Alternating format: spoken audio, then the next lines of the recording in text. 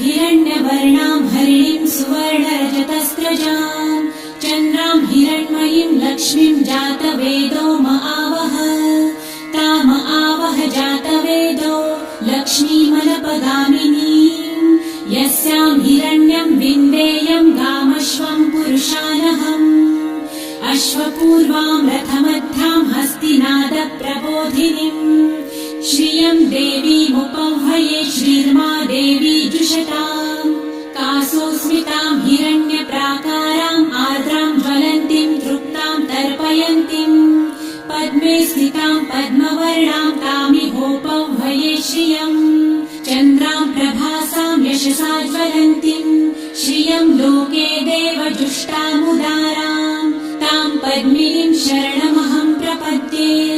लक्ष्मीर्मे नश्यतां त्वां वृणे आदित्य